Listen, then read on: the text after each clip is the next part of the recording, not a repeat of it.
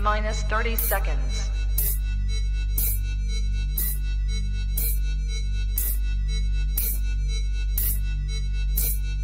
T-minus 20 seconds.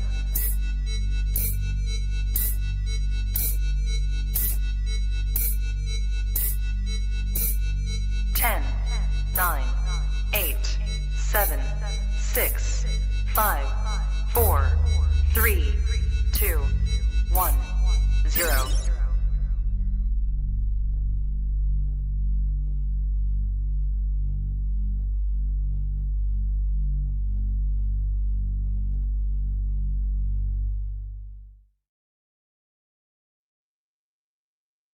Trap Talk Reptile Network, the coolest reptile network in the world. This is Retic Reflections. I'm your host, Rob Roush. Everybody give a good warm welcome to our co-host, Derek Stack. Hey, good evening, everybody. Welcome back to Retic Reflections. Feels like it's been a good bit of time, and we can kind of hash out a few recent events and everything that's been going on in the Retic world and kind of bring it back to just you and I doing what we do best and reflecting on the world of Retics, man. Good to see you. Likewise, my brother. It is good to be here. I'm excited for tonight, man. I think we're going to have some good topics, maybe show a snake or two off. Who knows? Yeah. I'm excited to see what you have for us. I mean, we're going to be trying something a little bit different. I think going back to some of the elements of Dylan, where he showed off some stuff, and Jordan, where he showed off his stuff. I think it's just cool to have that extra element on the show. It does kind of stink for audio-only listeners, but, if you're tuned into the YouTube Live, you'll get to see, whatever we decide to bring to the show. But, Rob, what's going on, man? What's new with you? Hey, real quick, can you mute that other camera? Oh, I've got it muted, yeah.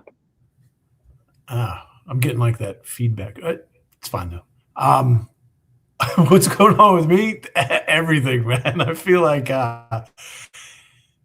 it was a mad dash for Canova to get ready for Tinley. Tinley happened, and then I had a Nashville show, and it's just constant. Everything. Last weekend was trying to catch up, still trying to catch up, and this weekend's Easter.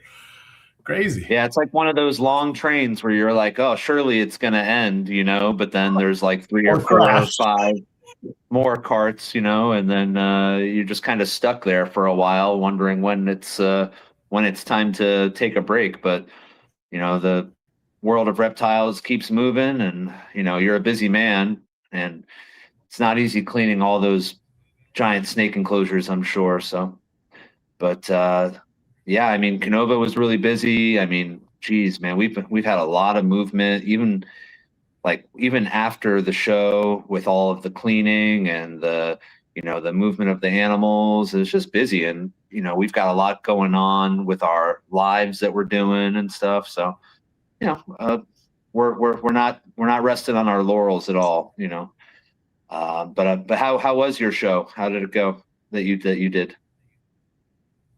It was really good. I always enjoy doing a show. I always enjoy meeting people and making new friends and meeting other vendors and just having a good time. I really enjoy that kind of thing. So it was fun. I was nestled in between two groups of people that I really enjoyed and had a lot of fun with, and new faces, some familiar faces, some people I know. It was just a good show. I really enjoy getting out there and seeing people and having those one-on-one, face-to-face talks. I feel like it's very cool. More personal than just a phone call or whatever, right? So I enjoy that stuff. Yeah. I definitely felt the same way when I went to the October Tinley, where you get to put a lot of faces to the names and get to meet people and really make those connections. But, nothing beats in person. You can really convey your passion for the animals that you're raising and keeping, and you're not just text on a computer screen. Not that we are right now. I mean, you actually can.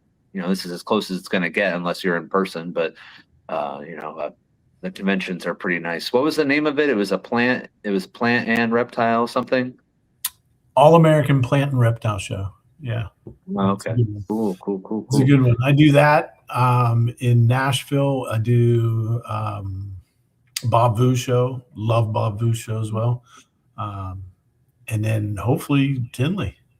We'll see how it goes, but we're hoping to get out to Tinley this year. So it'll just be those 3 different shows. I don't want to spread myself too thin. You see anything that got you excited at the show? Any, if you even had time to get away from your table, did you happen to be able to go around and, make a checklist, anything you wanted to bring home with you, or how'd that go? Every show I've ever been to, I've always wanted to bring stuff home. DNT was, got to meet Dax. That was pretty cool. He's got some really nice snakes. He shared his table with Aubrey Pruitt, got to see some of his stuff. Always enjoy seeing those guys. Paragon does that show, so got to see those guys and all their stuff. And, just everybody always has something I want. That's the tough, right? Cool. Yeah. Yeah, that's how I felt when I was there. I was like, oh man, like maybe I should just cut myself off and not go, because it always ends up being like you got to wrestle with yourself a little bit. And I think everybody kind of, in a way, in the reptile community wrestles with that urge to spontaneously buy 500 animals at a show or looking at Morph Market. And I think we all got to give ourselves a little pat on the back for the self-control we have to kind of imbue ourselves with every now and again. Such is the hobby, right? You go up Morph Market, you see stuff you want. You go to a show, you see stuff you want. You open Facebook, Instagram, scroll, you see stuff you want. It's just all there, man, constantly. Makes it tough for people who want to focus on a certain path or whatever, right? Yeah, the ever-present tug of war, where you have to learn how to say no, but to yourself. Oh man, yeah, tug of war, good stuff. But yeah, speaking of animals that you saw at the show, in general, is there like a particular locality for retics, or maybe like I know you're a big locality guy, but maybe there's like a morph that you also look for, but. If someone were to say, hey, Rob, what's a morph in a locality that you're excited about at the moment? Is there something that immediately comes to mind?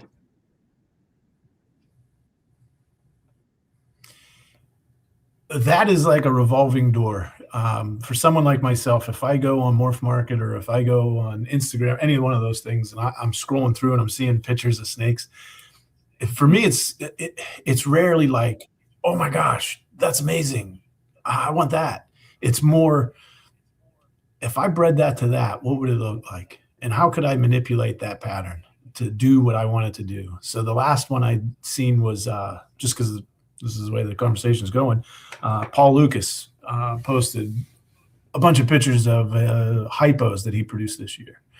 And man, he showed this one picture where it was in the egg and you could see the snake in the egg. And I was looking at it and I was like, man, those silvers are really high and crazy. You know what else has high and crazy silvers? Genetic stripe. I wonder what a hypogenetic stripe would look like. Would it complement each other? Would it distort it? How would that go? And then if you put something like ternate in it and added more Keller or a TK line Superdorf, we won't say Calato, we'll say Superdorf, a TK line Superdorf into it and put more silver into it that way, selectively breeding is what is constantly on my mind. I'm constantly thinking about how I can make things different or better or worse or what it would look like and all those different possibilities. So I like that. It's not quite like one layer. You're kind of like, you look at things in a multifaceted way, I suppose, right? That's probably something that comes from all your years of working with the animals, that there's not just one element, when it comes to deciding on a project or how to include a new piece to the puzzle, so to speak. Yeah, I'm constantly trying to think of ways to improve it or make it different. I think that in the way the industry is right now, if we're all making the Sunfires, or fill in the morph, right? Tigers, sunfires, whatever. If we're Right, all right. making the same morph, what makes you stand out? How do you break off from the path or the group, right? How do you market yourself in a way that makes you unique? If we can't import any more stuff, and we can't, um, we need to try to figure out a way to diversify what we have. And I think that's really where Island Morphs comes in with the localities. Um, Rodney has done a couple of breedings, like him, hate him, love him, whatever, don't care. He's done a lot of breedings to show that there is an influence in the locality and that it does change things. Something that, I myself have been thinking about and talking about for years as well, just have never really had the position or the situation line up where I could explore those things, or felt like I could explore those things. And now I have a little bit more free. I have all the freedom in the world. I do whatever I want with my snakes. Right. Right. Yeah. Yeah.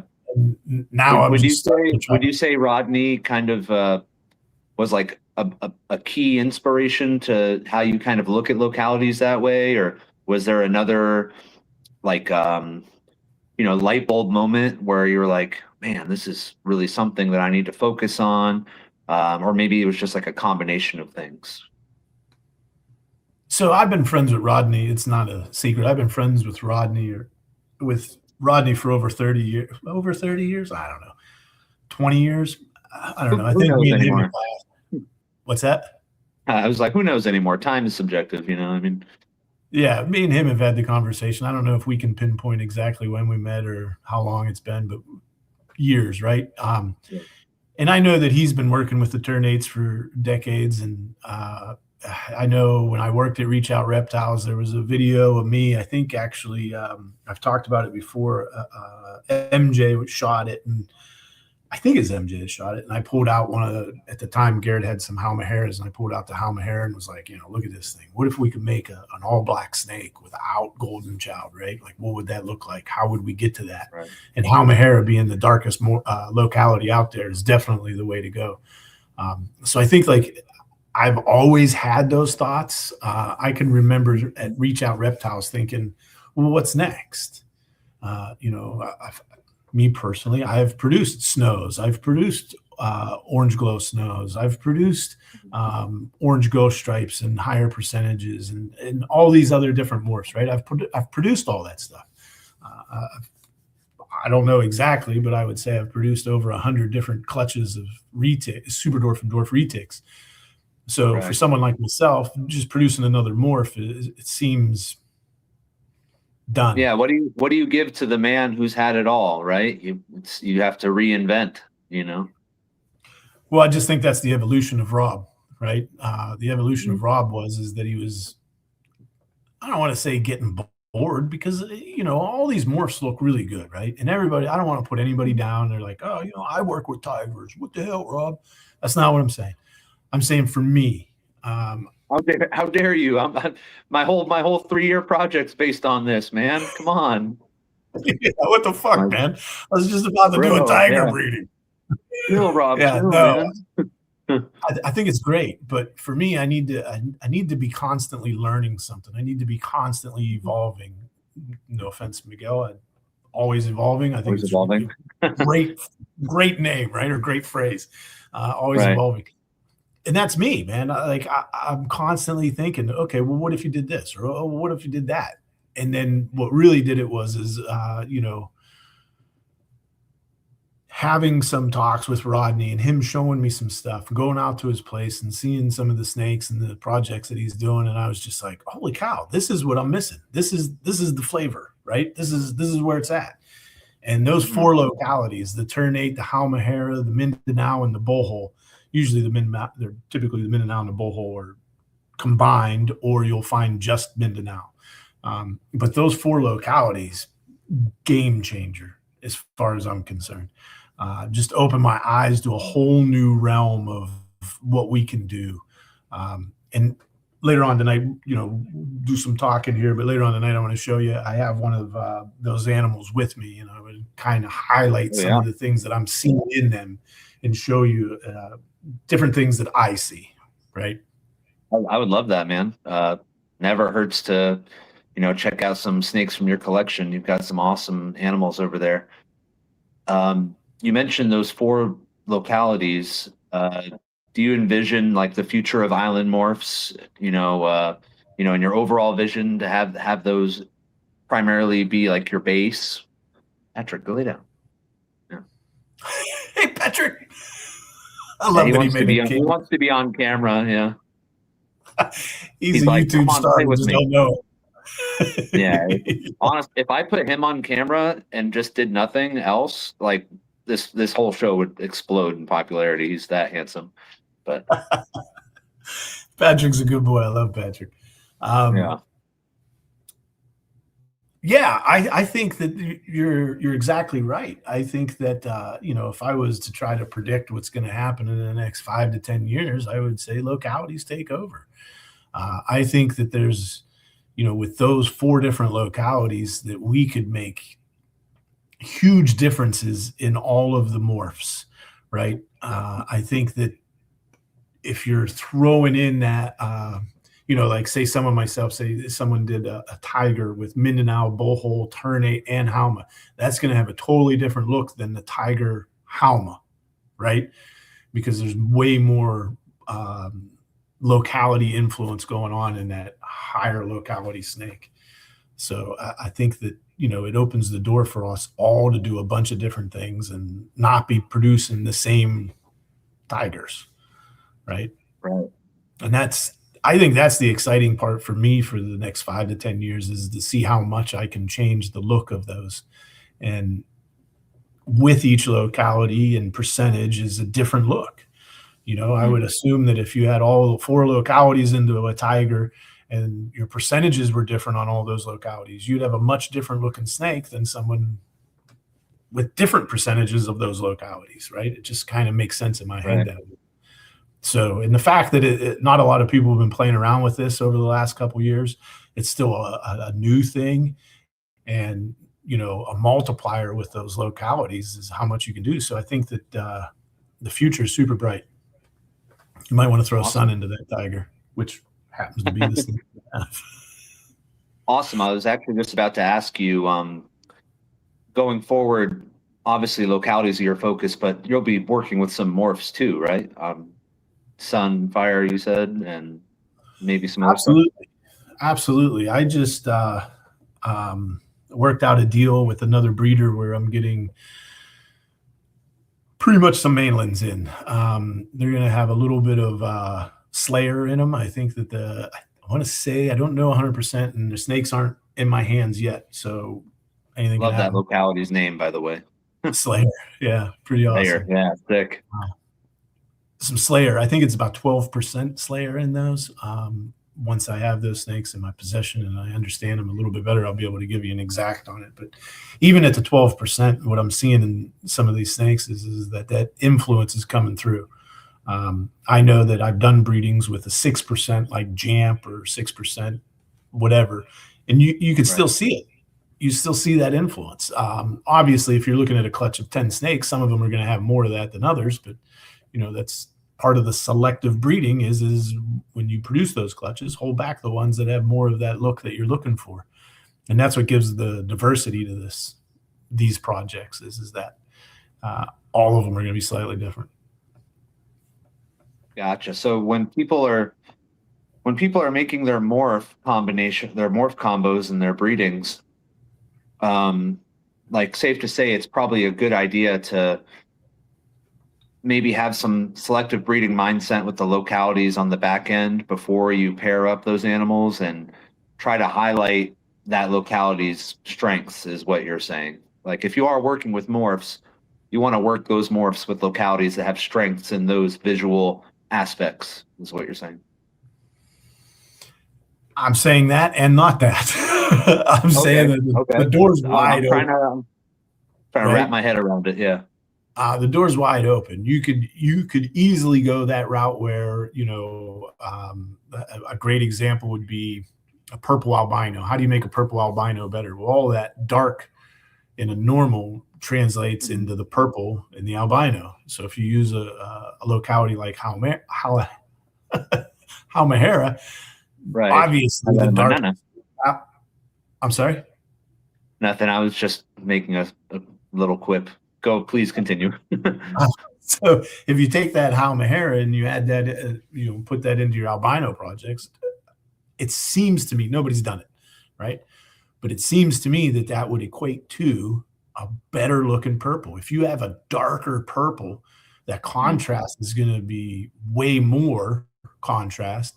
So it's just going to pop, in my opinion, And as we figure out what these morphs or how these morphs interact with these localities, because it's still in the very beginning, we're going to have a better idea as to what to do. And I think that everybody should do across the board. It seems to me if you were going to do another one, you would do some sort of Mindanao and either Phantom or Bacan. Both of them kind of have a similar look to them, right? And in that Halma, the back pattern, or not the Halma, I'm sorry, the Mindanao has kind of a pattern that's similar to those. So you could definitely go that route and see how they clash or complement each other. Then you go a different route and put those same two genes, the Phantom or the Bacan, into the Ternate, which adds a lot of color in the sides and distorts the back pattern. So like you could go any route. You could complement it or uncomplement it, and I think you would have variations that would look good on either, right? Right. Yeah. Okay. I see what you're saying. They can go. There's like a whole spectrum to play with that you could go down. Speaking of speaking of a new, you're saying this is like a new thought process. Like people should start thinking about how they go about selecting their projects in Retics and with like a new mindset, not kind of, morph chasing or, they a little more thought than that going into it. What kind of advice would you give someone who's just coming into Retics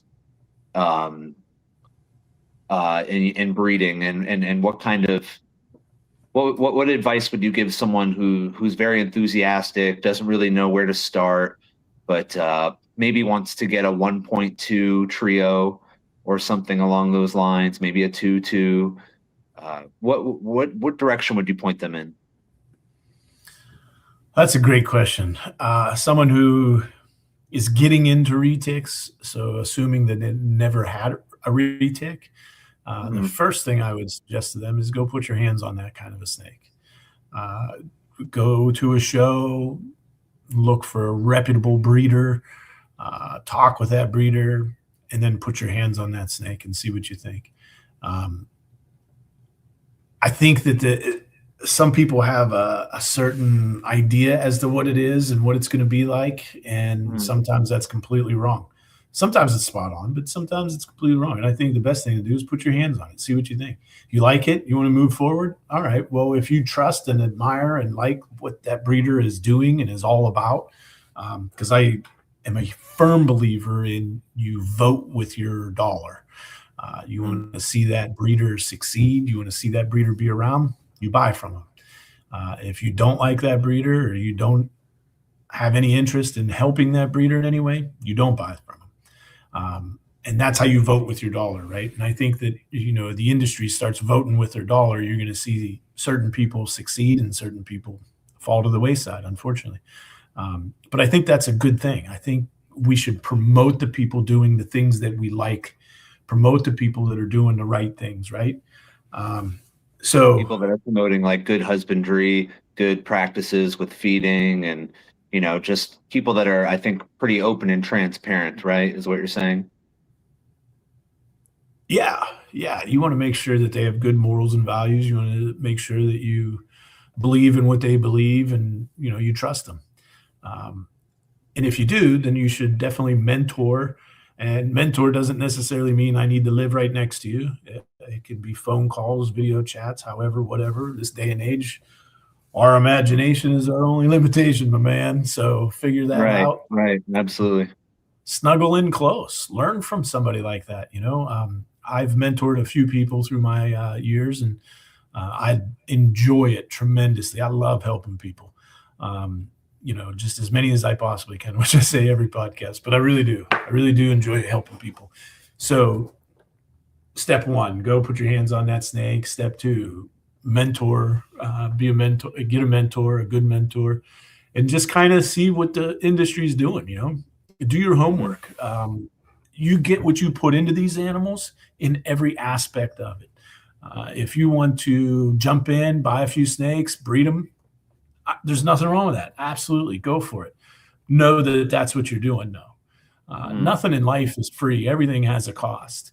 And depending on what you want to give up for this opportunity or for this adventure, makes a big difference in the long game, if you ask me.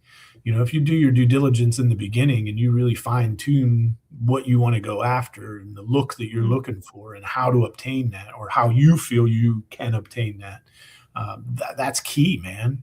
Getting that plan. And the best way to get that plan is just to dive head in and just be a dry sponge in a wet bucket, or a bucket full of water. I'm following you. Yeah. Yeah. You want to absorb as much as possible. And I think that really kind of determines how you move forward, right? What's your next step? There was a post that I think Jake Klotz put up in the Nation. If you had $15,000 and you could hit the reset button, what would you do? Mm-hmm. And everybody was like, I would get this, I would get that, I would get this. And I was like, well, hold on, man. Right. Yeah. Get your electrical shit figured out. Get your caging figured out. Get your tools that we use, hooks, tongs, a big feeding tongs, small feeding tongs, tweezers, this and that, whatever. Get a good source of bedding. Figure out what bedding you want and get a good source of that. Food. These things aren't going to live on mice. These things are going to get big. Yeah. Depending on what your definition of big is, right? I look at it the opposite way. These things are small, but I'm a big snake guy. I bred mainland retics before I did the dwarf and the super dwarf. I currently own some and getting more in. I'm a mainland guy at heart, but I really enjoy the dwarf and the super dwarf. So, get all those things situated, and then get your plan together and figure out how you want to move forward, and then strategically, methodically move forward. You don't want to get in a situation where you jump in and you buy 3 snakes, a male, 2 females, 2 males and a female, 3 males, 3 females, whatever it is. You buy these 3 snakes and you're like, yeah, this is great, this is great, this is great. And this is your first experience with these snakes. And then a year down the road, you're like, I wish I would have got that one. Wish I could have went with that one. Right. We all do it, man. We all do it. But having a good plan in the beginning will save you those growing pains, if you will. But let me ask you this. Like, obviously, everyone has that question. When you're starting over, what are you going to do? And when we talk about, a new breeder, and we're talking about advice for how they should start things off, it's kind of difficult to just say, hey, yeah, you need to buy these to start. But let's say you're talking to yourself, Rob, and you're talking to yourself before you had retics. What would you tell yourself to get? Like, what, based on your own interests, like morph, locality, like I know it's hard to say, but I want you to give me a male and 2 females. So if I was talking to the Rob who didn't have retics, that's 15-year-old Rob. That's a crazy conversation, man. First thing is you will grow hair on the palm of your hands, man. Stop doing that. Get into the retics. Right. Well, this is a PG conversation, Rob. I don't know. Hopefully that went over many people's heads. Or not. Who cares? Right. No, but if I was to say I'm hitting the reset button, I get 3 snakes, what am I getting? For me, it's a no-brainer. A Ternate, a Mindanao, Boho, and a Halmahera. Those are my 3. I don't care if they're males, females, whatever. Those are my 3. A combination of those. Okay. Absolutely. Absolutely. Because what I would want to do is get those in females, right? A female Ternate, a female Halma, and a female Mindanao Boho. Raise those up. understand them, get to know them real well, examine their patterns, look at all the nuances, and then start examining all the morphs out there. And then buying a morph when those females are about 1.5 years, 2 years, in that range, buying that male. And then within the next 1.5 years or 2 years, going through the process and breeding them. I think that Gotcha. that's what I would tell new me if he was Right. getting into retics. Yeah, I think a lot of people, when they get into not just retics but any species, of course you think 2 years, 3 years ahead, and everyone wants to get themselves into a species with their best interest in mind. Like they want to be able to, I don't want to breed these specific animals and not be able to sell them and increase my my business. People want to be able to keep growing. So I think what you're saying is, those particular localities, there's a lot of room for growth, and you're not kind of stopping yourself short by just hitting some codon or incomplete dominance or anything.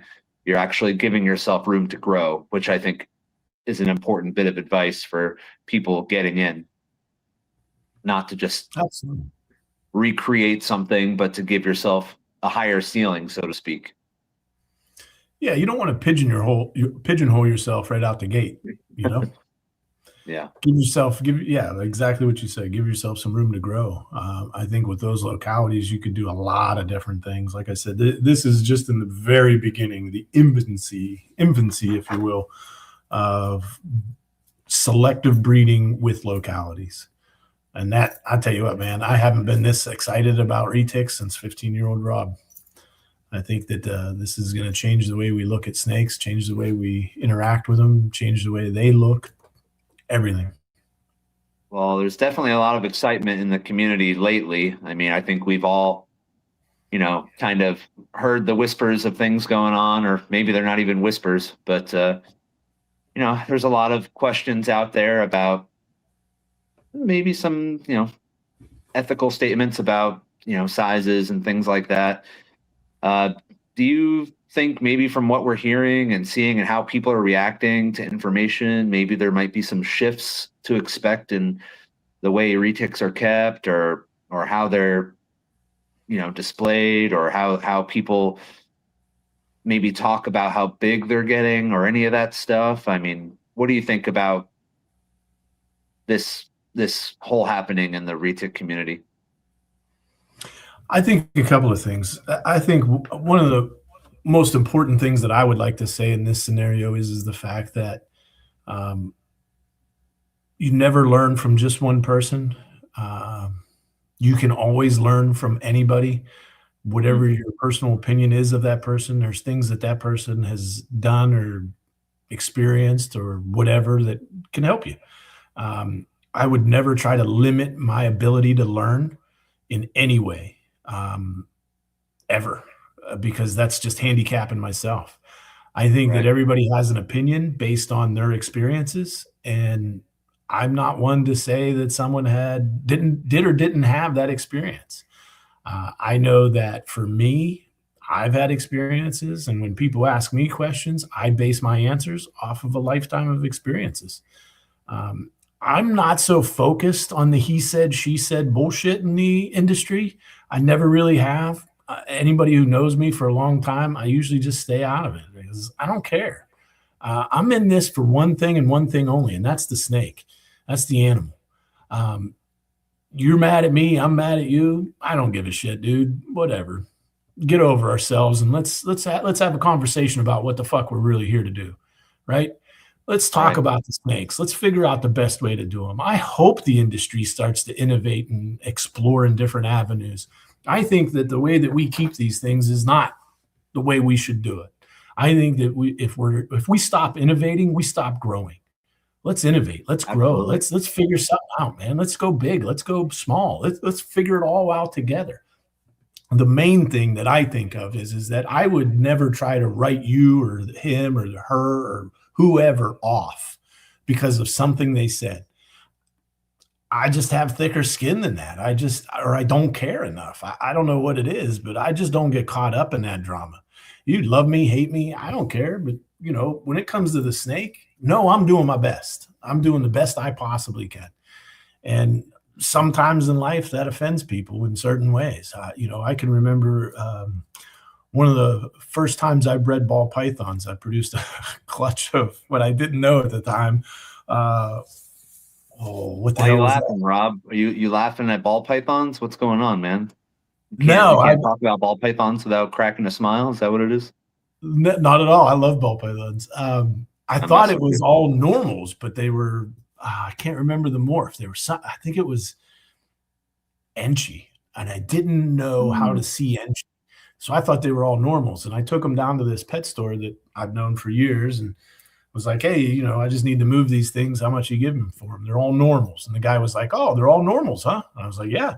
And he's like, "I give you $10 a piece, man." And I was like, "Yeah, sure. That sounds good to me." Sold them to him. Right. Yeah. I turn That's around as I'm awesome. walking out the store. Some lady comes to me and says, "You just sold him snakes?" I said, "Yeah." She goes, "That's the devil," and spit in my face. Wow. That's crazy, right? That's something wrong, man. Why would you do that? Everybody's opinion is their opinion. I have no ill will towards that person. I wish nothing but the best for him. That's crazy, man. I'd be different time. It's a different time, man. I mean, these days you kept someone doing that. It's not going to be looking good for them, probably. I'm not Depending who saying they're in every talking to. scenario that someone spits Yeah. in my face, I'm going to walk away. But at the moment, I was just shocked. I was like, "What the heck? I don't Yeah. understand that." Like, I'm a bad person because I created these animals that people want. Like, that doesn't compute to me. So my point in that is that everybody has an opinion. Some I agree with, some I don't. I don't need to voice whether I agree or whether I disagree. I'm not the type of person to put more negativity in a situation that already has a lot of negativity. That just seems silly to me. I'm going to try to focus on the things that I like to do and to focus on the things that excite me about this hobby and stay away from the drama. The drama doesn't do nothing but irritate you, piss you off, and make you want to leave. Now, we're also Yeah. talking about size, right? I Mhm. think that's the big question. That's the big question everybody wants to ask, and that's the question that I talk about all the time. How big is this snake going to get? It's a guess. It's an educated Right. guess. Guess. I can't tell you. That's like going to the doctor when your baby's born and saying, "How big's that baby going to get, doc?" I don't know. I want to know It's if I got a quarterback. I'm raising a pro quarterback over here. yeah. Yeah, I mean, my younger brother's shorter than me. My older brother's taller than me. I, I have no idea. That's a very difficult question to ask, and it is the most common question. And I try to answer it as best as I can. I know I used to just spurt out in the beginning of me breeding retics. I'd just say, "Oh, it's supposed to be in between 13 and 18 feet." I don't know.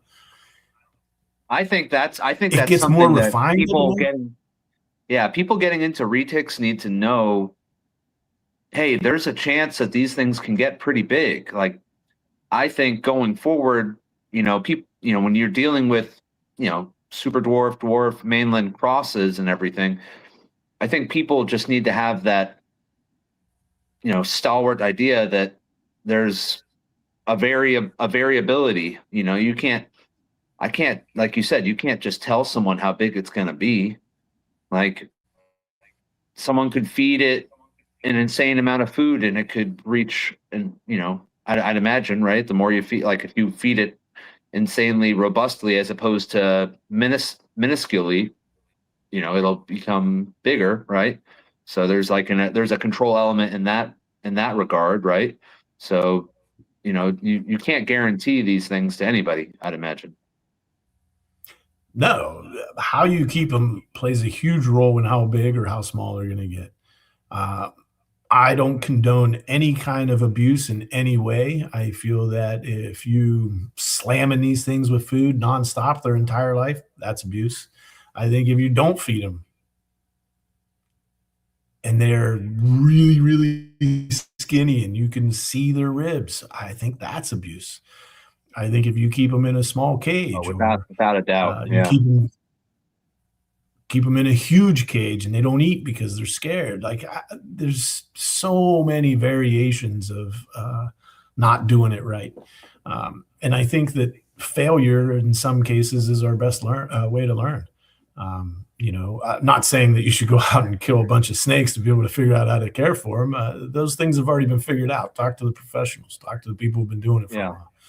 That goes back to getting a mentor, having absolutely. someone to help you prevent those unnecessary failures. Yeah, I look at it as like, I got 30 years of caring and breeding for these things. And if I can fast track somebody or help somebody fast track through all the little stuff, that's what I'm supposed to do. I think if we all had that mentality, Rob, let's help it.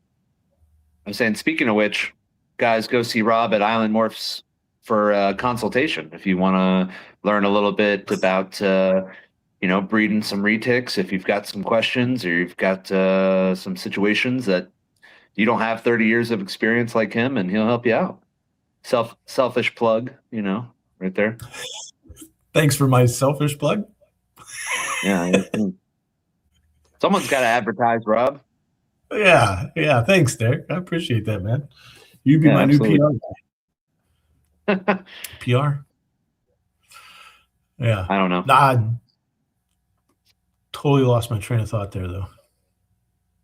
I think we were kind of running around a little bit and talking about, ethical and unethical keeping. We were kind of going around in a circle, talking about getting a mentor. Absolutely. Yeah. And we spent enough time on that drama. Let's move on. Let's move on to absolutely. Better. Yeah. Speaking of, I know you want to kind of talk about the snake that you want to show us. Hopefully of the Retic variety. Did you want us to pull that up now, or do you want to tell us more about what you brought? Yeah, this is going to be really unprofessional, but I have to go right there to get a piece of paper. Okay. Don't worry, we're not judging you, buddy. Even if you are. It kind of looked like you were pointing at the fish tank, and I was like, where's he getting a piece of paper from the fish tank? Yeah, that's going to be a good one. Yeah, one episode we got to talk about what's in there. I think people are probably curious about what all's in the tank itself.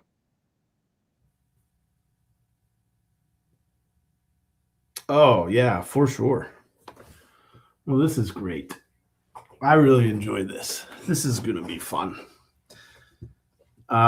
So what we have is a sun tiger head in. Go ahead and display it now, or do you want to wait? No, let me read this off, and then I'll take it out of the container because we have that glare on the container. Oh, okay, yeah. So it's a sun tiger, 100% het Indo, and it is I want to say this one is a 50% ternate.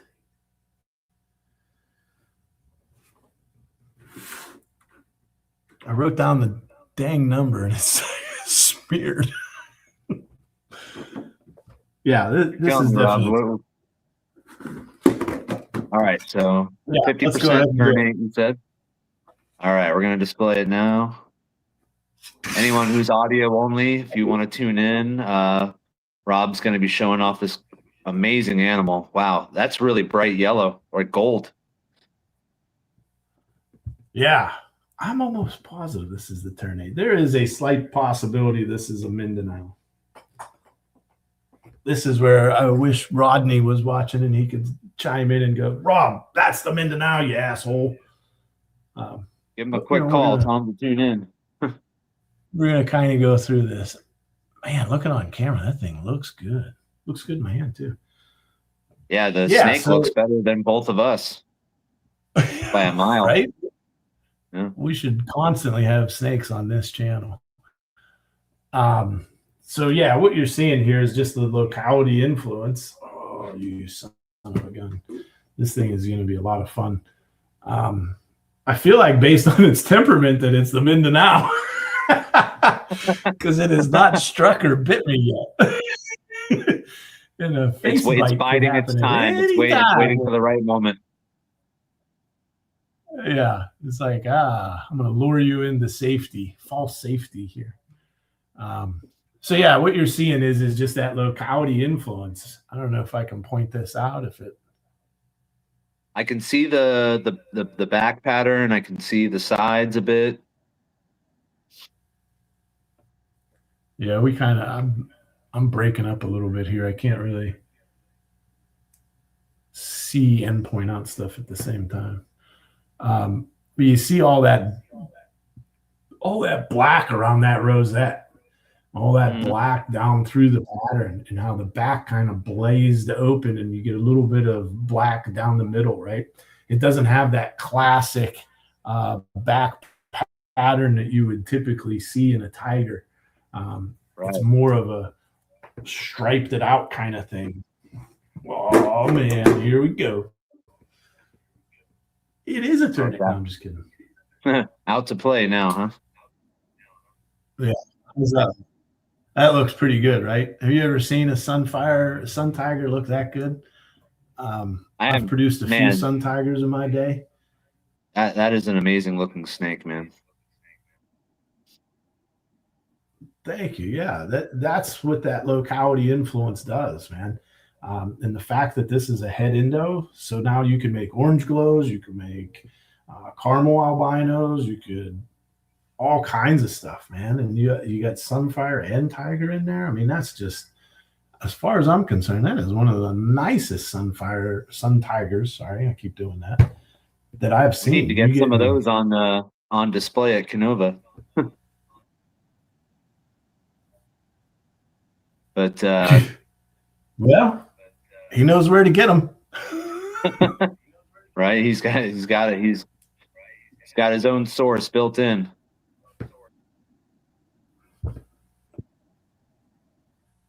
Yeah, I don't know why. I apologize. My feed keeps like breaking up a lot. So I hope this is all coming through really well. Oh man, for me, I can see the snake. The snake looks amazing, and people in the chat are saying it looks great too. So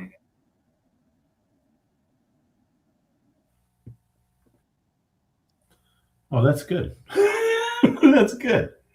I can for tell me, I'm just kind of guessing. though. I mean, sorry. No, it looks great, man. What do you have any plans for? Is this a male or a female? This is a male. I have males and females of both.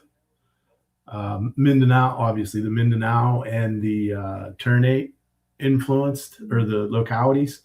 I have sunfire, I have tiger, and then I have sun tigers. So they all look really amazing. The sunfire's deep in shed. Otherwise, I would have brought that girl out. She's a Ternate sunfire, and she's like a green, like a khaki green.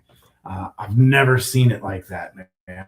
And like it just, these locality influences just change it, man. I don't know. I hope it all is coming through well. I hope you can hear me on everything I'm saying, but it's just, it really changes the look of these things. And I think this is the beginning. You know, you breed this with say another sun tiger, het Indo, and now you're making super sun, super tiger Indos with that locality influence. I mean, that's just insane to me. Yeah, Derek in the chats was saying that the blacks would usually not be as bold as they are. So, like, this is an amazing example of the morph, because the blacks are so bold and bricked. Yeah, and that's what I'm talking about how it just is rejuvenating my enthusiasm for the species and what we can do with them. You know, I look at a snake like this and go, all of that is going to be a lavender purplish color. I mean, all that black. When's the last time you've seen that much black in just a regular sunfire or sun tiger? I'm sorry. and all of it's going to trans something, I don't know. Translate? Yes. Translate, thank you, into that purplish color. And man, I think that's just going to look amazing. I think it's going to look really good. I mean, it already looks really good. Thank you. Yeah. And this was the first time this has ever been bred. This is one of the originals that Rodney produced back. When was that? 2024. So, okay. Still in its infancy, this project, right? Insane looking. And so I assume this is something you're keeping, right? You're something you're holding on to. Nope. This guy is for sale. And just so we're clear, this is the Mindanao. Mindanao Sun Tiger. Yeah, Sun Tiger, head Indo, 50% Mindanao, 6.25 Bali. So we got a little bit of Bali blood in there. Beautiful animal. Mindanao. I love that you're able to. I love that you've got this setup where you can just kind of have the snake on display like that. That's awesome.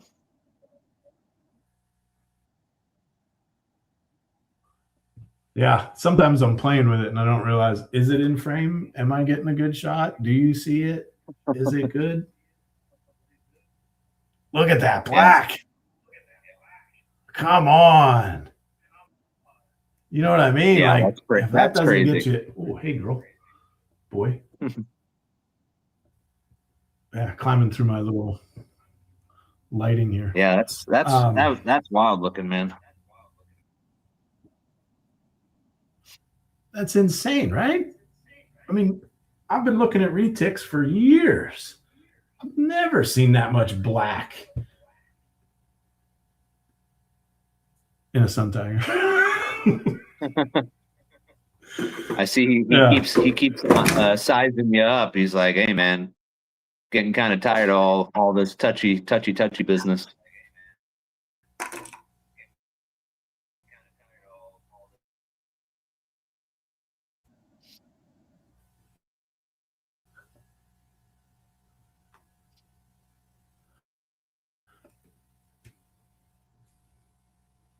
So I have to pause right now.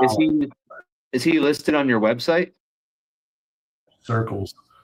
I'm not hearing anything. I'm not seeing anything. No idea what's happening. Rob, try coming out and coming back in. We're losing them, guys. Nope, you're coming back in now. Is he on the website? No, the website, all I have is consultations. Oh, okay. So maybe on Morph Market I did not take these snakes to the show only because I'm not sure if they're on Morph Market or not. I have to talk to the boss, Lisa. Yeah, and I didn't take them to the shows because they're getting a little big for those displays. But it is an animal that I wanted to highlight tonight and say, you know, if you're not a part of this locality game, you get into it now, man. Things are coming. That's how you take it to the next level. Yeah, I don't know. I don't like handling a snake by the neck, but I want to kind of show you the eyeball. He's being really nice letting you do that.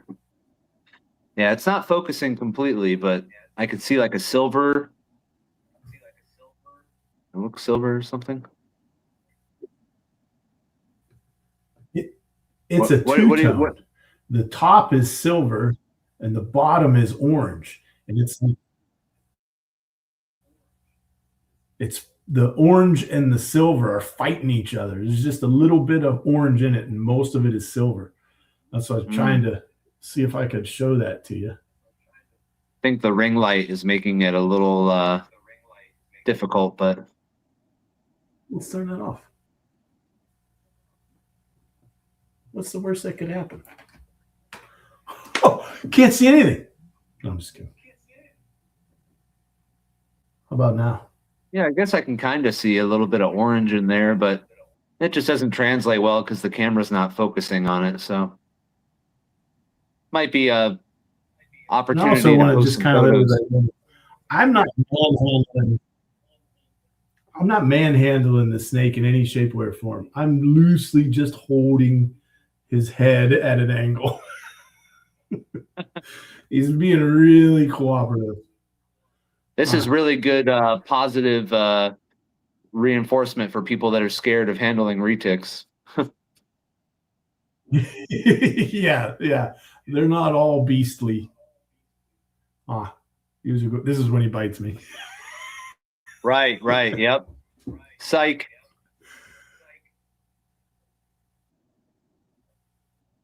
Yeah, no, just kidding. I'm not going to bite. Bam. Yeah. All right. So that's the snake. That's the first time we've done this. So I apologize. It wasn't perfect. It wasn't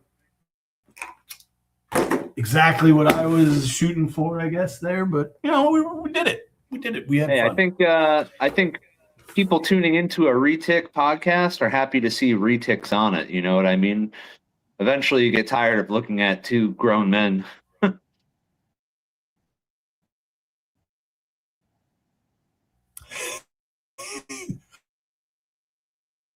I don't know that I'm a grown man.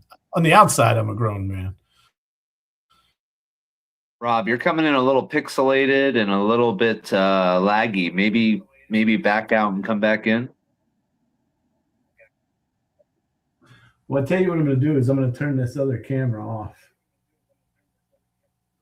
There. How's that? I guess we're good. I mean, I don't see you lagging much more now, but maybe that was the problem. Maybe you had too much going on over there. Who knows? Story of my life, my man. Too much going on. Mm-hmm. Hey, good problem to have, man. Always good to be grown. I always enjoy growing. Growing? Yeah.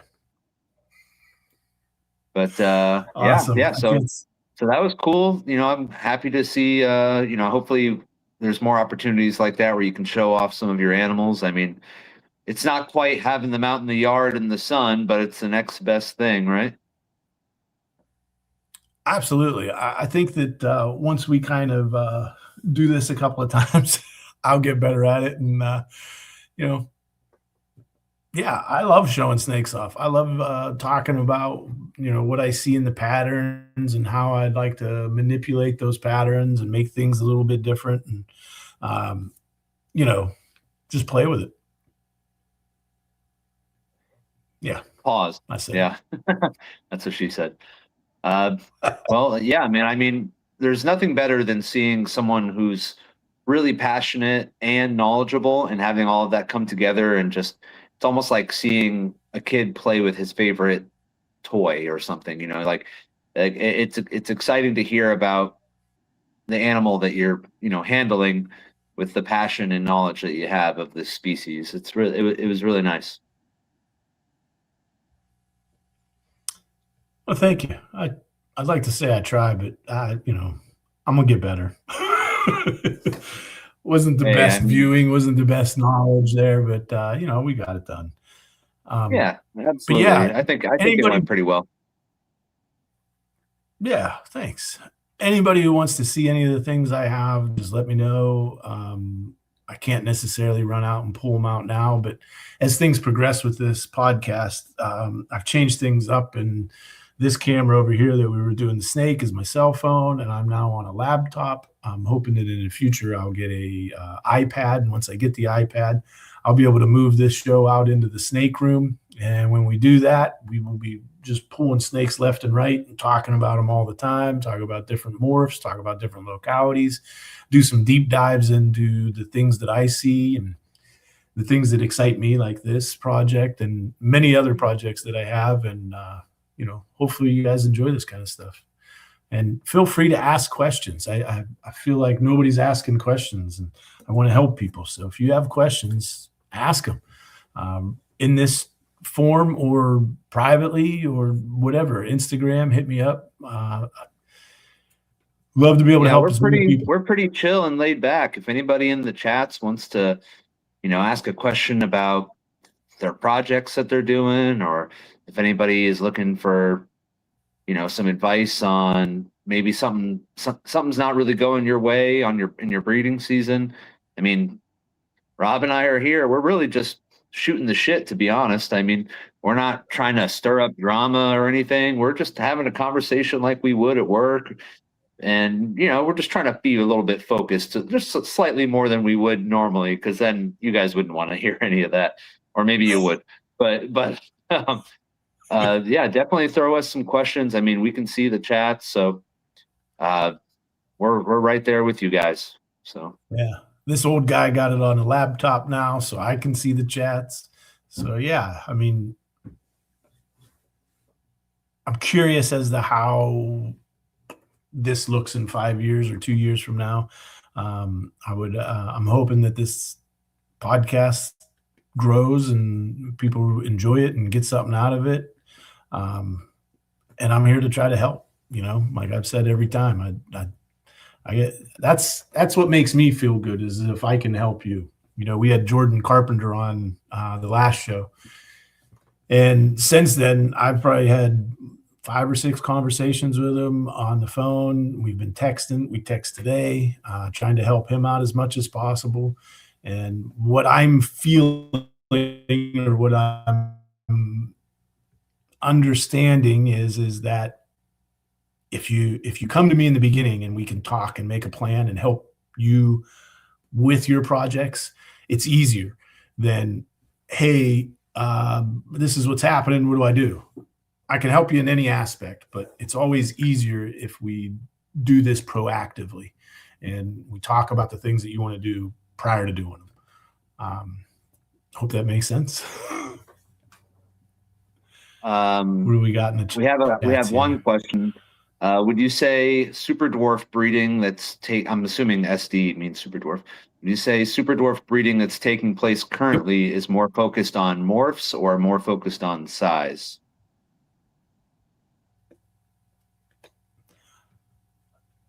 I would say that if your question is industry-wise, it's on both of those. I would say for me, what I'm trying to do is go the path that not too many people are going, and focus on perfecting the morph, in my opinion, or making it look different, or making it look better, however you want to say that. And my opinion is that it's perfecting that morph. I'm going to perfect that morph. And then once I see what I want and I'm getting the results that I'm looking for, then I'm going to start to strategically shrink it down. I don't think that this is a 2-year, 6-year, 8-year, 10-year project. I think this is a lifelong project that I'm going to take on and try to see how far I can go with it. I do understand that you have to do some sort of let's just say you're doing, we talked about the Halma and the albino before, so let's just go into that a little bit more if everybody's okay with that.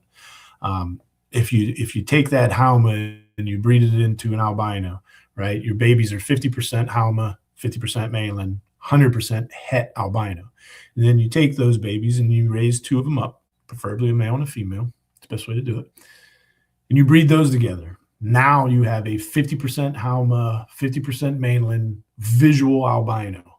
What I suggest in that situation is then to take that visual 50% Halmahera and breed it back to the pure Halmahera.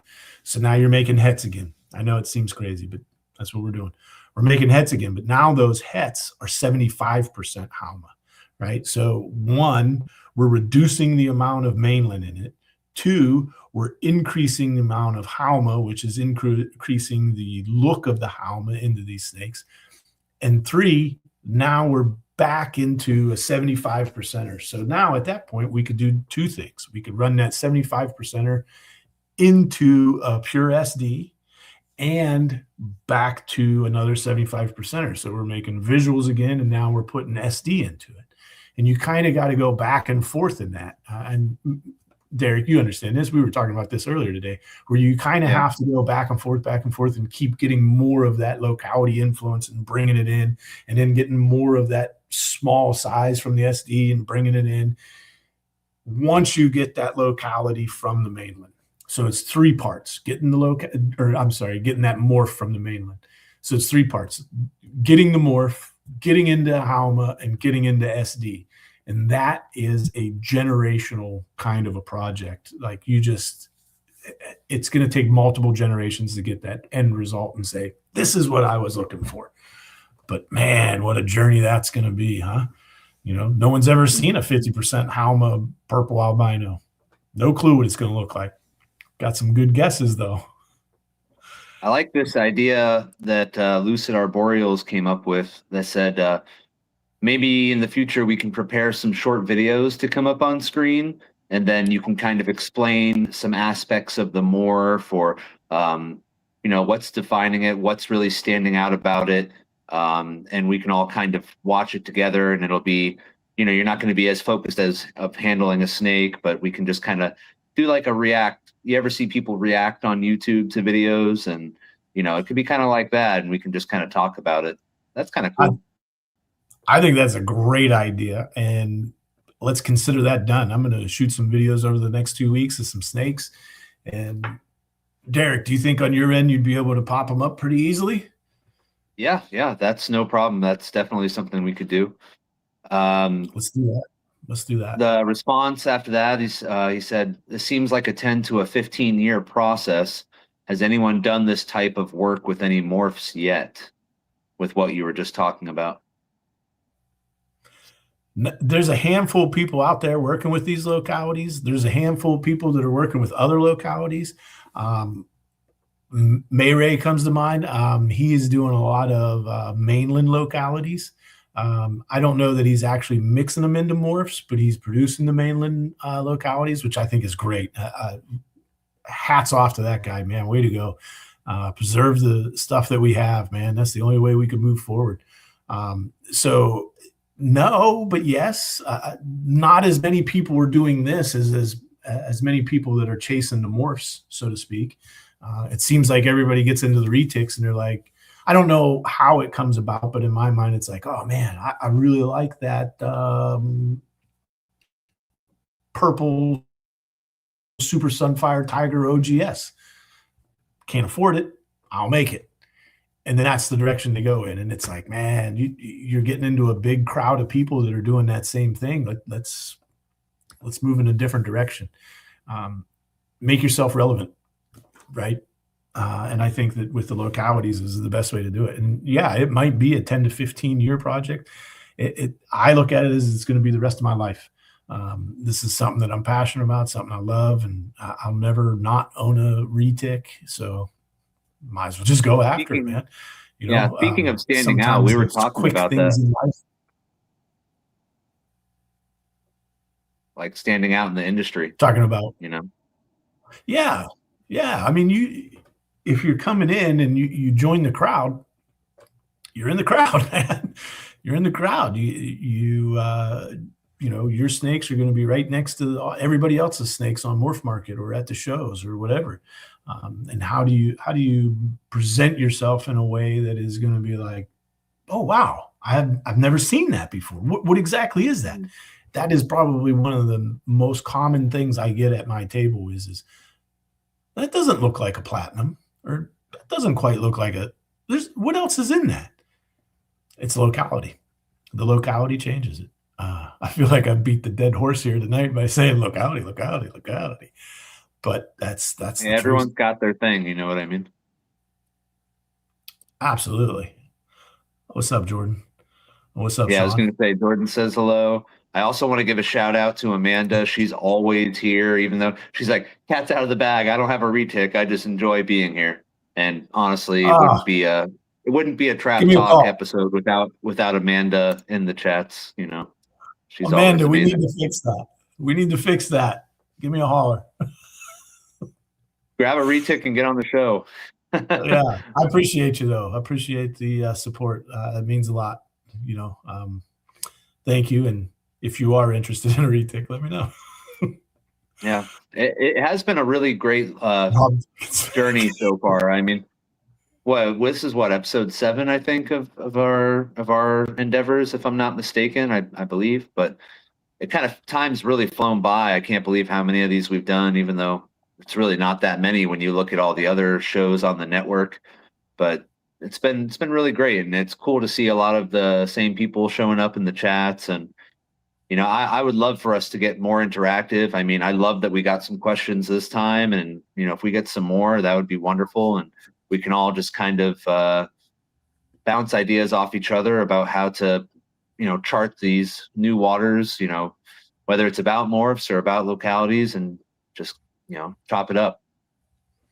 Absolutely. I think if we all work together, we can grow better and faster. I don't know it all.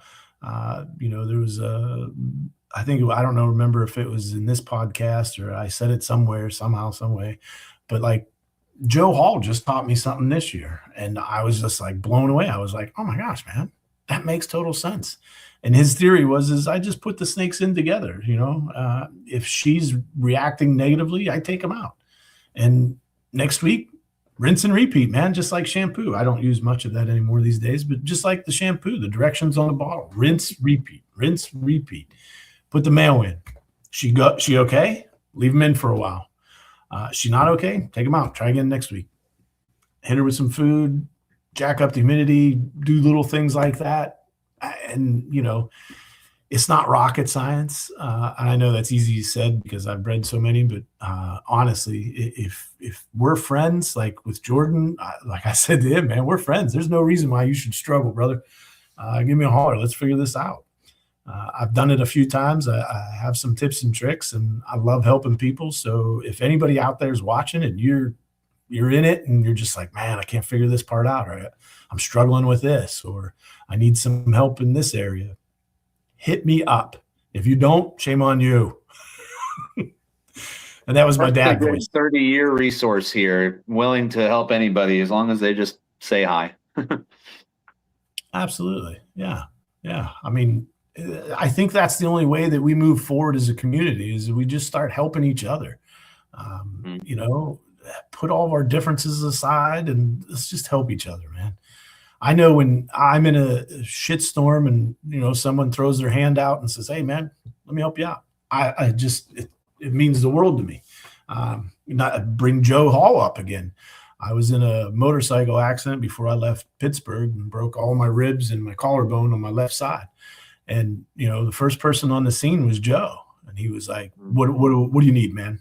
And I tell you what, me and him bonded over that. Like for me, we bonded over that. Like he will always be my brother.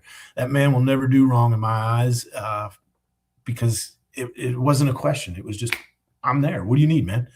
He went and he picked up my bike. He turned my bike off. He helped me get in the car because I refused the ambulance. And, Lisa drove me to the hospital and all was good. But, like he taught me something new this year. Like you can always learn, man. Have an open mind. Try to figure things out. If you can't, talk to people. You want to talk to me? Social medias everywhere. I know I've put my phone number up. I don't have my phone number in front of me. Yeah. That sounds horrible. I think when it comes to people reaching out and everything, I think that's another way you can stand out in the community. Like if you're trying to think of, how can I get my name recognized, or how can I get people to know my brand or anything, just reach out to people. I mean, I know over at Leviathan, they preach like when they're talking about getting into the hobby, interact with people's social media, comment on their videos, ask questions. People will notice you if you're constantly reappearing. Like I said, Amanda's in all the chats. Like even if she doesn't have retics, like I'm always going to be like, oh, hey, what's good? Blah, blah, blah. But if you're trying to get yourself known, show up on people's content, show up in people's podcasts, send people messages. I mean, there's people who I don't even really know, but I'll see something that I really like on Instagram and I'll just say, man, that's really crazy. You're crushing it. Really great job. Just so that you're like, people know that you're a person. You know, you can't just spend money on a logo or anything and expect it to do all the walking for you. You could go through all the training to become an agent of some kind of insurance, but you still got to sell it. So just do a little bit of walking and go out and meet people online. Holy shit. Sorry, Derek. Sweden? Holy cow. Appreciate you tuning in. Wait, what? I had no idea. Oh, yeah. That is crazy, man. Oh, Sweden. I love that. Neutral. No war. Hey, if the hobby's not big over there in Sweden, then that just means you have a bigger piece of the pie to claim. Oh. Just get it started. Yeah. So do you have retics?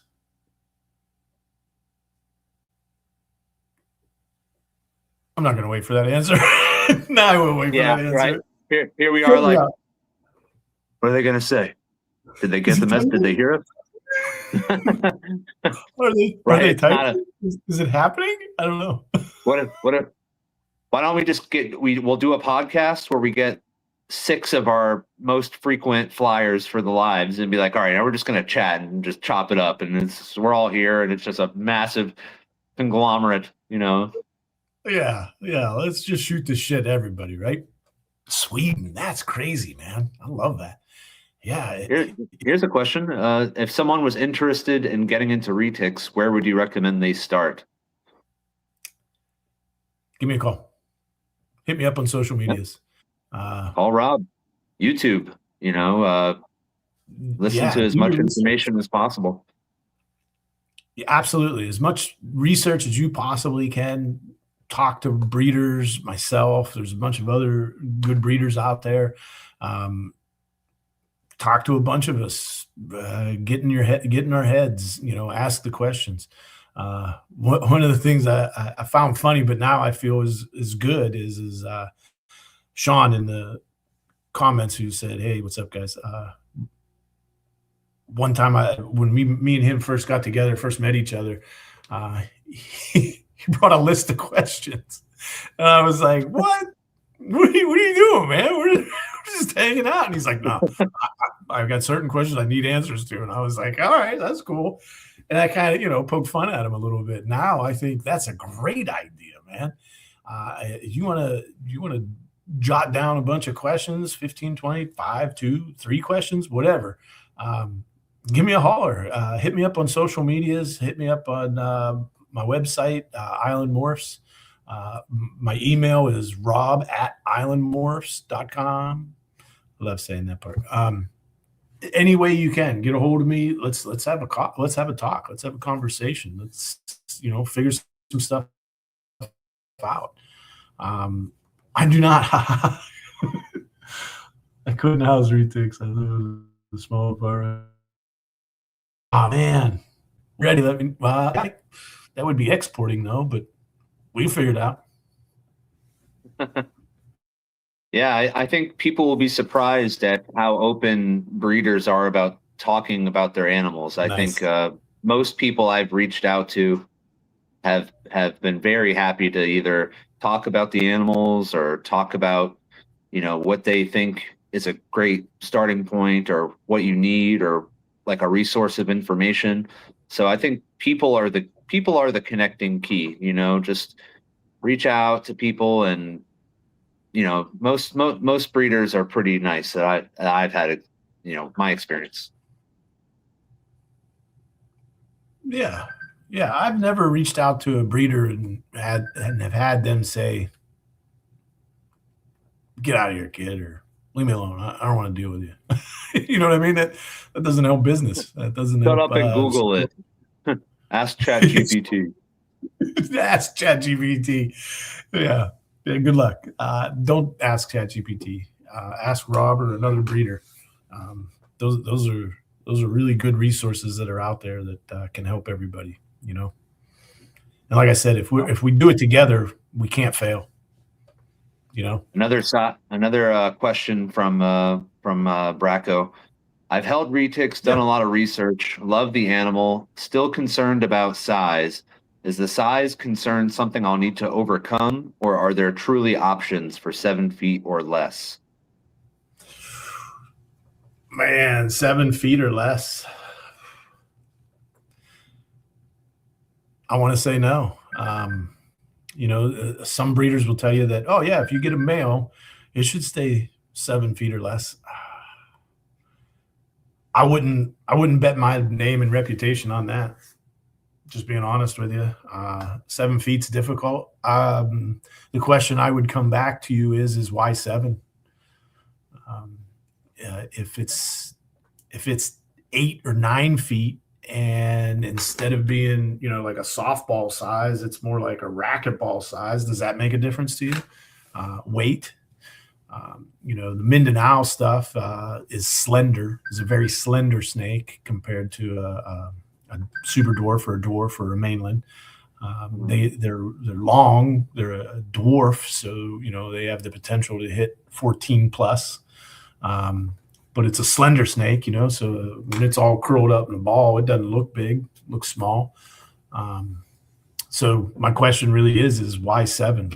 What's so significant about the 7? Is that some sort of regulation as to where you live, or is it just something like you've handled a bunch of different snakes and 7's it? That would be my response to that, as winded as it is. I think if you're really like, if that's like the maximum size of a snake you're willing to have or allowed to have, I think it's kind of hard to say that retics are going to be the animal for you. I think. Absolutely. 7 foot is small. Do I have snakes that are full grown that are 7 or less? I do. I have a pure Kalatoa female that's a R&B line pure Kalatoa, and she's just over 6, probably right about that 7. I have a pure TK female that is, she could. If you told me she was 5 foot, I'd be like, maybe. But I don't think that's the norm. In my experience, you know, you could go with certain localities, like the Karampa is one of the smallest. Madu is right there with Karampa, both of them super small.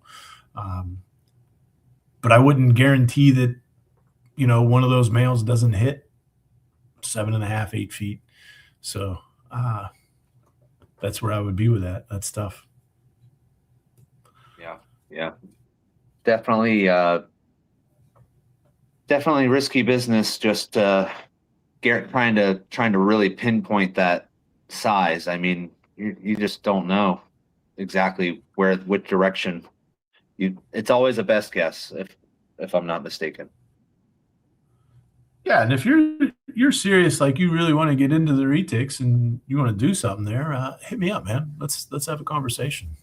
Man, I don't mean to say man or woman. It's just a common thing that comes out of my mouth. I apologize. Yeah, we'll find it. Rob, you with us? Did we lose me? Oh, there you are. I think okay, so. Yeah, I was like, I think you froze up for a sec. Yeah, do you see me? At the stroke of midnight, I turn into a rat.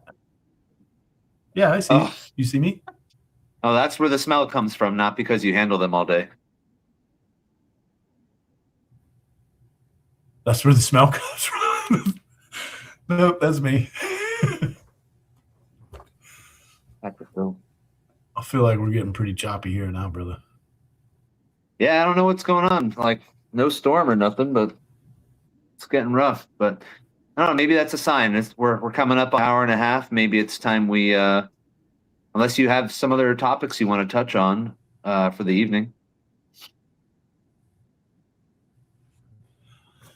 Maybe my perception of the size is skewed, but thank you for the honest response. Oh, my pleasure. That's the way I conduct myself all the time. I try to, be as transparent, as honest as I can in every aspect. That's what I prefer to do. And if you do want to talk about it, please hit me up. Hit me up on Instagram, Facebook, or my email, however, whatever, whenever. And see if we can help you out in that area if you want. I would need a huge enclosure to keep my retic due to the regulations around enclosures. Yeah. I just recently heard that PETA is saying that if you have say like an 8-foot snake, then your enclosure needs to be 8 feet by 8 feet by 8 feet, which seems a lot, but who am I to say it's right or wrong? I think a lot of room for a snake in certain aspects is good. I think if you had a 5-foot ball python and you put it in a 5 by 5 by 5, you would have a ball python that doesn't need anymore. So I don't necessarily agree with that across all species, but that's not a bad way to look at it for a retic. I mean, how much would that snake enjoy just climbing around all the time? You know what I mean? I think that would be awesome. The hindrance is well, maybe not a hindrance, but it could be a good thing too. Yeah. But yeah, I also thinks I think dogs and cats and pets. Yeah, the whole thing with PETA lately has been pretty jarring, to say the least, right? Rob, can you hear me? Oh my gosh. Yeah. I would love to have a talk with their do not get it. Here's a great question. How long do you think you can keep an SD holdback in an FB90 rack? Trying to plan out my next 10 years. 10 years. All right. Awesome. You should definitely hit me up. We should have a phone call because that's a big ask as far as planning out your next 10 years. If you wanted help with that, I'm assuming. But the question is, how long do you think you can keep a SD in an FB90? FB90. It's a great question. I think there's a lot of variables there. I think one, is it a pure? What locality? Because if you're talking a Madu versus say, a lot of people consider it. I don't consider it an SD, but they consider not a Tom belonging, but what's the one I'm thinking of? Coyote. Some people consider Coyote a SD. I do not, but I know that I have a female that's right around that 10, 11 foot mark. So I would not keep her in an FB90 in any shape, way, or form. She's only 4 or 5 years old, I think, right now. So like that wouldn't be a good one. But if it was a small snake and it made sense, I don't see why you couldn't do it. I just make sure that it has everything that it needs.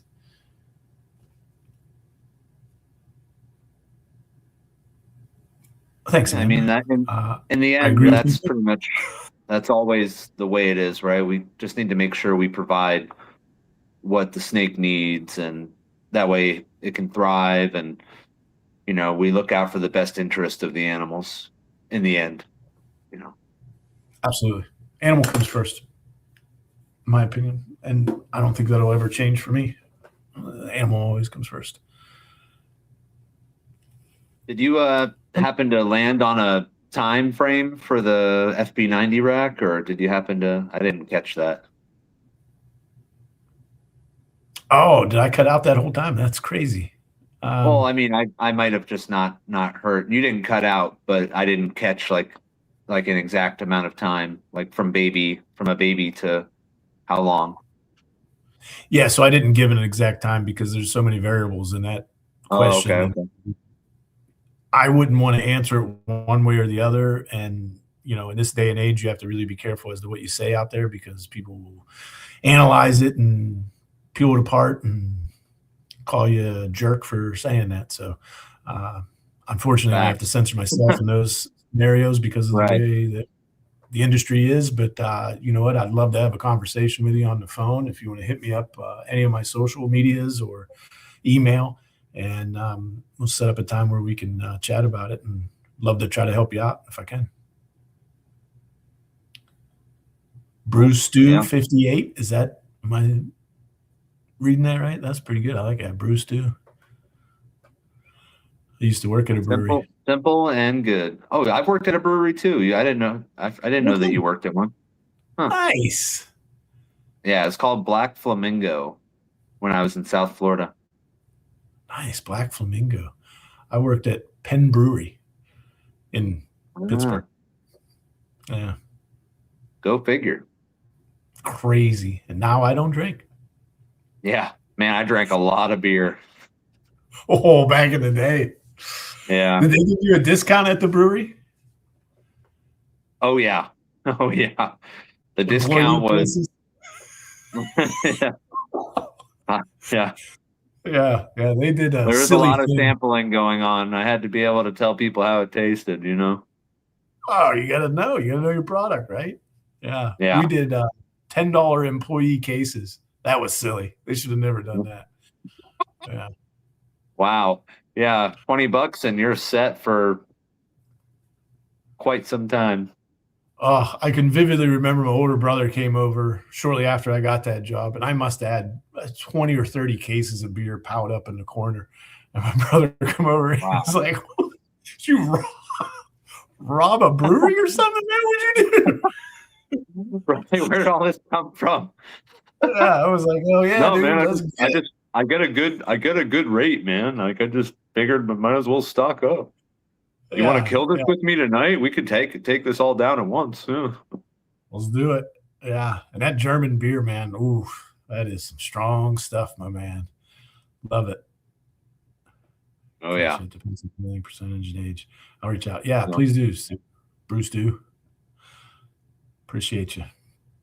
Man, I just heard one of my carpet pythons do a belly flop in one of their enclosures, like how the Bolins do at Canova. I have a carpet that loves to surf around at night, and she just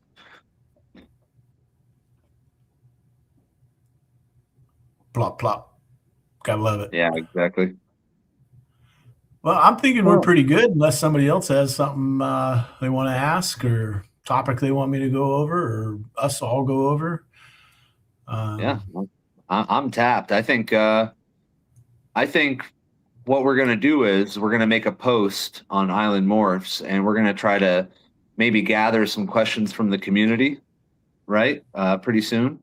And hopefully, we can make like a whole community topic video where whether it's hot takes or whether it's, specific questions that we can talk about.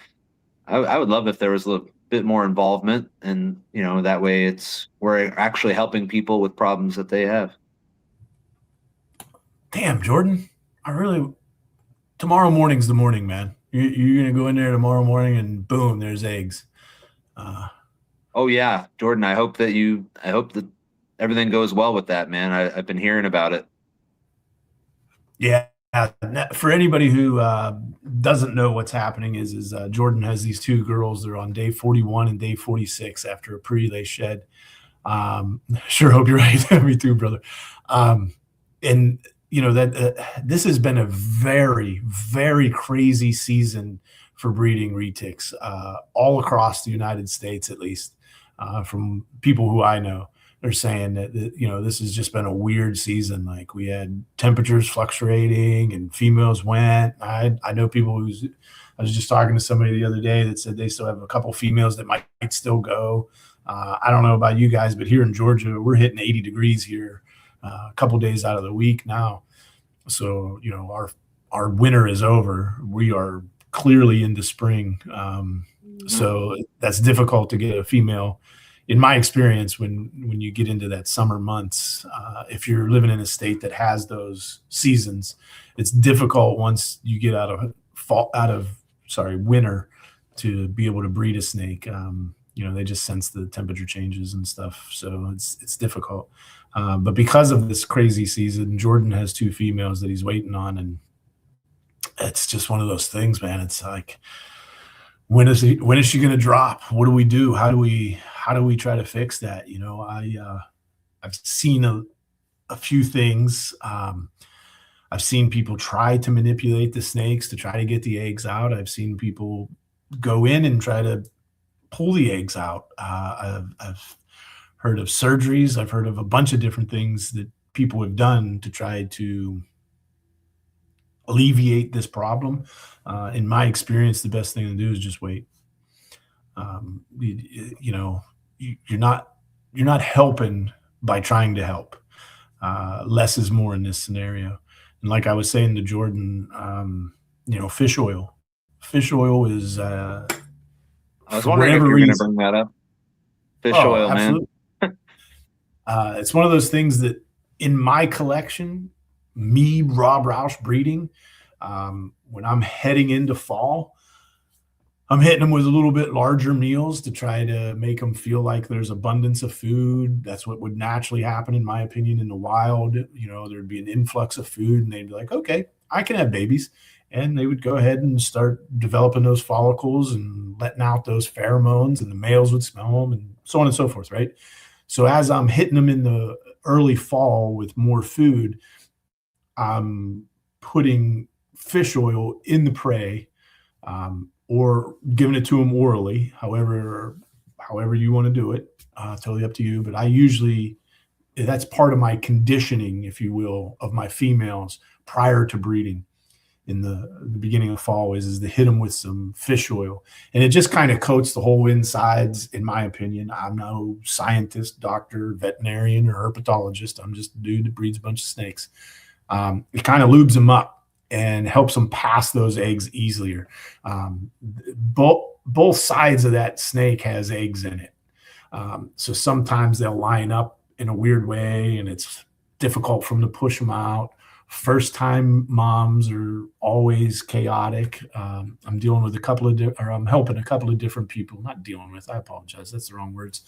I'm helping a couple of people that are having these issues right now, where the snake's either retaining the eggs or reabsorbing, and there's a lot of unknowns. And this is why I say to people, like, reach out to me.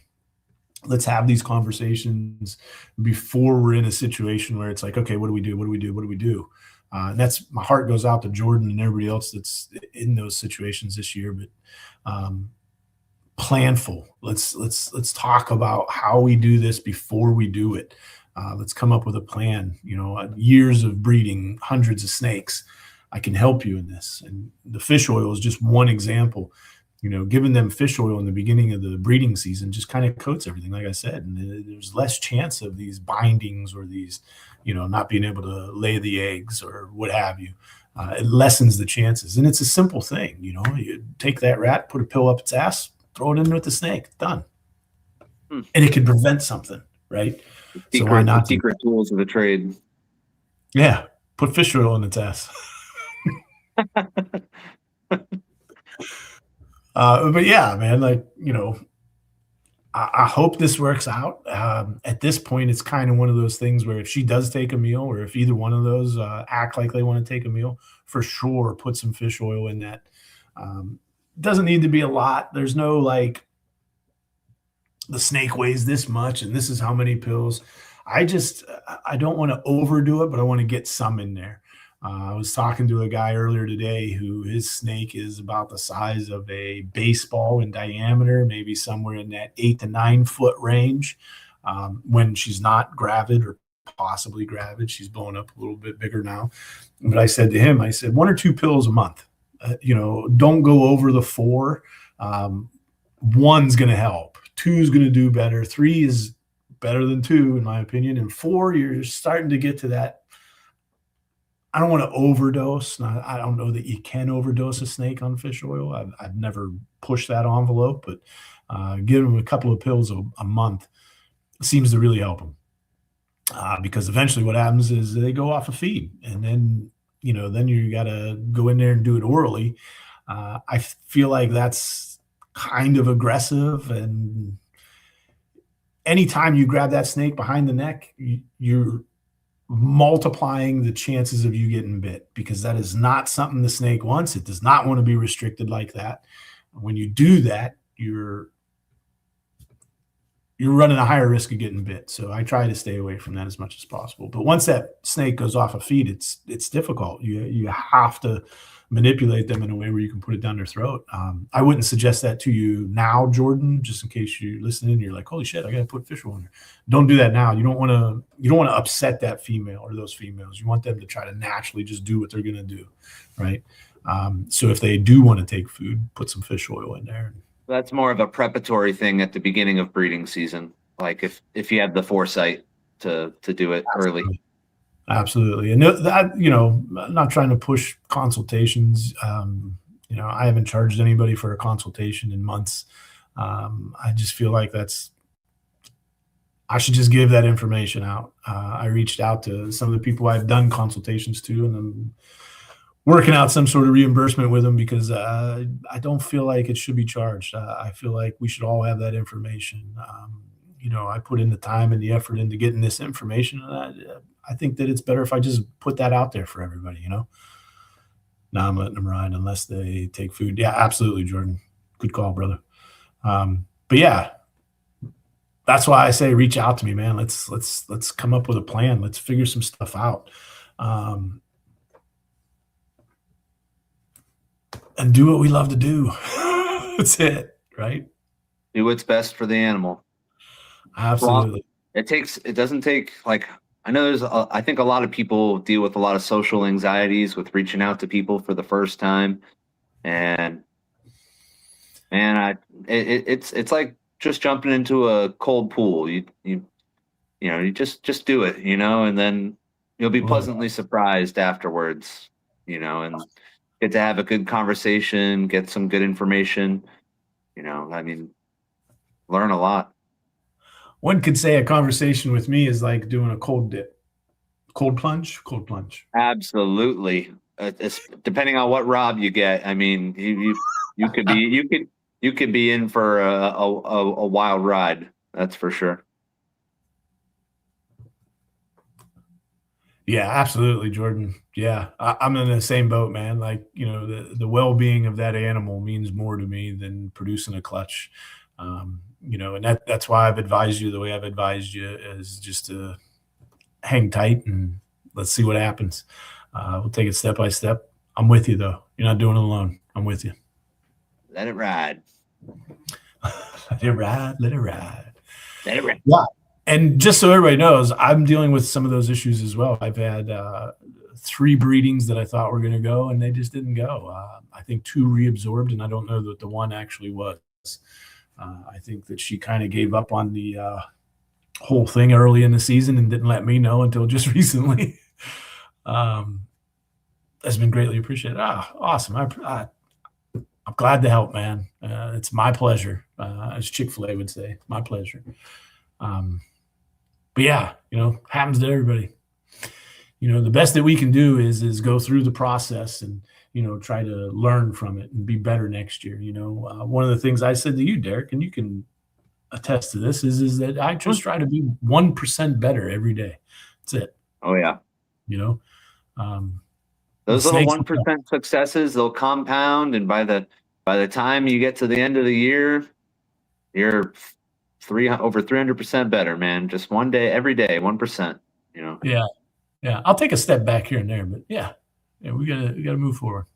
You have to. Sometimes you have to, Yeah, like I said about 45 minutes ago, anyone got any more questions? I'm here to help. If not, I think we should probably wrap this up. It's been a great show. I've enjoyed everybody and all the questions. I appreciate the interaction. I encourage more interaction. I want to thank you, Derek. I think that this show would not be what it is without you. And you know, I want to tell Well, everybody. it definitely wouldn't be anything without you. So thank you. You know, that's for sure. Definitely everyone gives some props to Rob. I mean, always bringing his expertise and everything here. And he's such a humble, nice guy. It's not an act, I assure you. He's definitely, you know, he definitely brightens my days, you know, when we're working together, and couldn't ask for, you know, another person to do this with. Rob's the man. You know, you'll hear that a lot. Yeah. I appreciate you, but you know, like I said, I tell people all the time, I'm just a dude, man. I'm in the world trying to get through it like you. I just have a different perspective on some things. You know, we can all learn from each other, like I said earlier. Oh yeah. Setbacks and opportunities, zoom out and widen the perspective. Yes, exactly. Yeah. Setbacks are opportunities to zoom out and widen your perspective. Absolutely. Every situation is a situation we can learn from. I love that phrase. Wholeheartedly believe it. Keep it up, fellas. Great to put it on the show. Appreciate you, Jordan. Rob, thank you.